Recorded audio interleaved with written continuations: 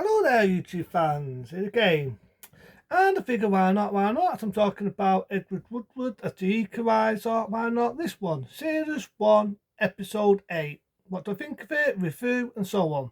Well, simple. I actually didn't mind this one and I think it was a bit ballsy. And I'll get to why I think it's ballsy. Similar to like the very first one where it was to do with a stalker, this one was actually a very ballsy episode. This one was to do with a died down a pimple dirt out. Again, it has two stories, and another one being a serial killer. You can hear things, a serial killer. Now, this serial killer goes around killing middle-aged women, and he strangles them, and he puts a flower near them. At first, I'm making it sound like it's something out of Silence of the Lambs, but it's not. It's not really that thingy, but you can imagine it. And because it's TV viewing, you're not going to see it except for one scene, which I will get to. So you get the music and everything. And like I say, at first, the Equalizer is helping this one dirt out. But before that, I get to one scene. This one scene where you got a woman, like I say, middle age, and she thinks she's on a date. She opens the door and so on. She's making him champagne or wine or whatever. She turns over. The killer pulls a flower out. You don't see the killer. She cries. You don't see the rest, but you can picture it yourself. She's been murdered. So that's what I was about to say. He cries. He's helping this one dirt out. There's this guy who's basically trying to pimp her out. He's a bit of a nuisance. So he goes into a nightclub. He threatens him. I love the way he threatens him. He grabs him by the arm. Says, "Here's your 200. Now leave her alone." So there's American money's different than ours. She's only going to owe him some money for it. Long and behold, Equalizer befriends this other woman who's a librarian. She's just being nice, you know. She seems like a nice lady, and she's helping him out, getting him his best books and everything. Long and behold, the killer goes into the library and he kills her. This is a bit where I would give the film a little bit, well, film, it's definitely like a film, the episode, I should say. I would give it something here because it goes a step up. He pulls the flower out, he pulls a rope out, you don't see it. Again, I get it, TV viewing, but you get the sound effects, and even that you can picture in your head what's going on. So he comes in, the Equalizer, he finds out that this poor woman who's a friend of his has been murdered by this killer, this psychopath.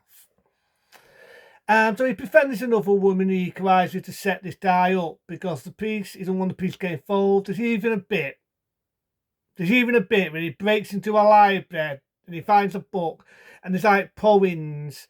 I just wish they put more into depth with this serial killer, you know, get more into his head, why he's doing this. Is there a motive? Is he a Norman Bates? Has he got mummy problems? What is it?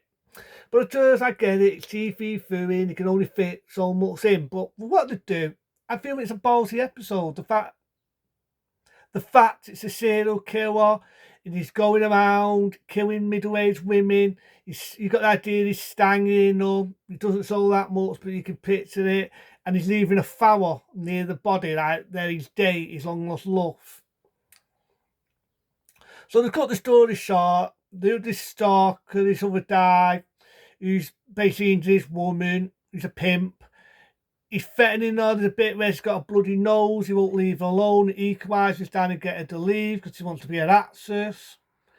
But she doesn't, which comes almost an outdoing. But I do love a bit where she talks about having an answer machine. She doesn't have an answer machine. And there's a bit where he kidnaps, well, he tries to get the woman and she phones up the Equalizer. But what he doesn't know is she says something about, "Oh, you can put it on my answer machine," giving the Equalizer a hint. And then she says a line that he says to her, "Don't say anything if he's with you." So she doesn't.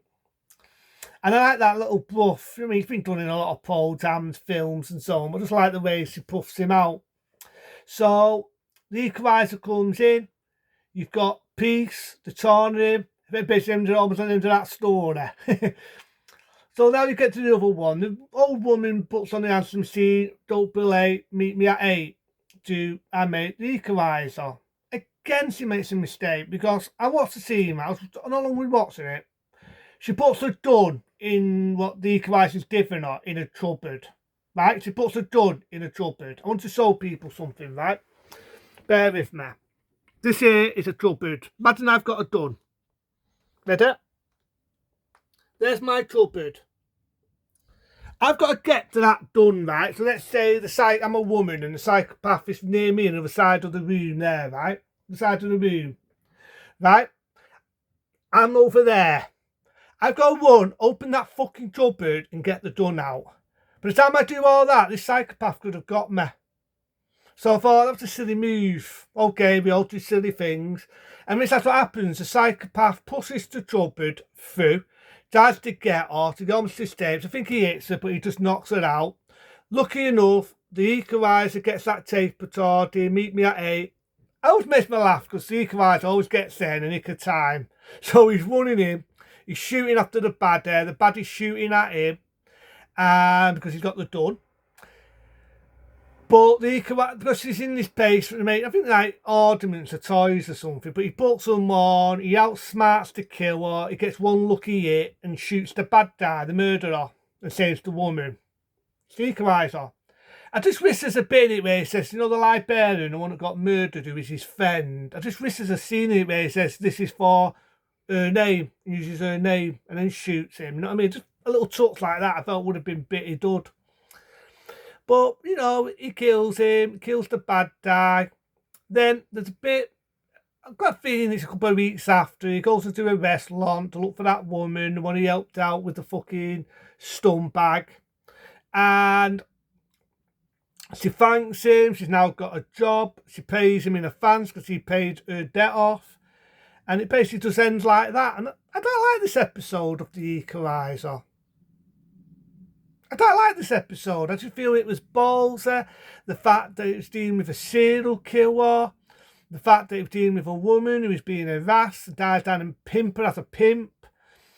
I just like them little tutsis in The Equalizer. I felt it was a bit more ballsy. I do know as the episodes go on, you do get a few more episodes like that where they deal with psychopaths and murderers and so on. I'm making it sound like a scene from the fucking movie Manhunter.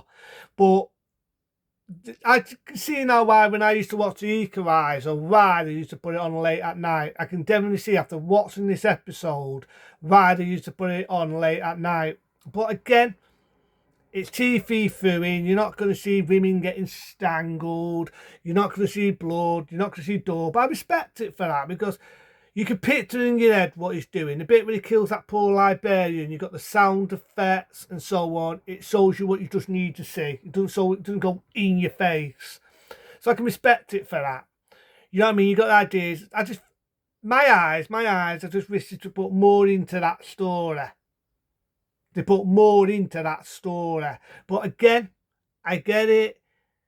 It's TV viewing. They can only fit in what they can fit in. But I still think it's a good one. I think it's a ballsy one for that episode of The Equalizer. It was episode 8, the first of the series.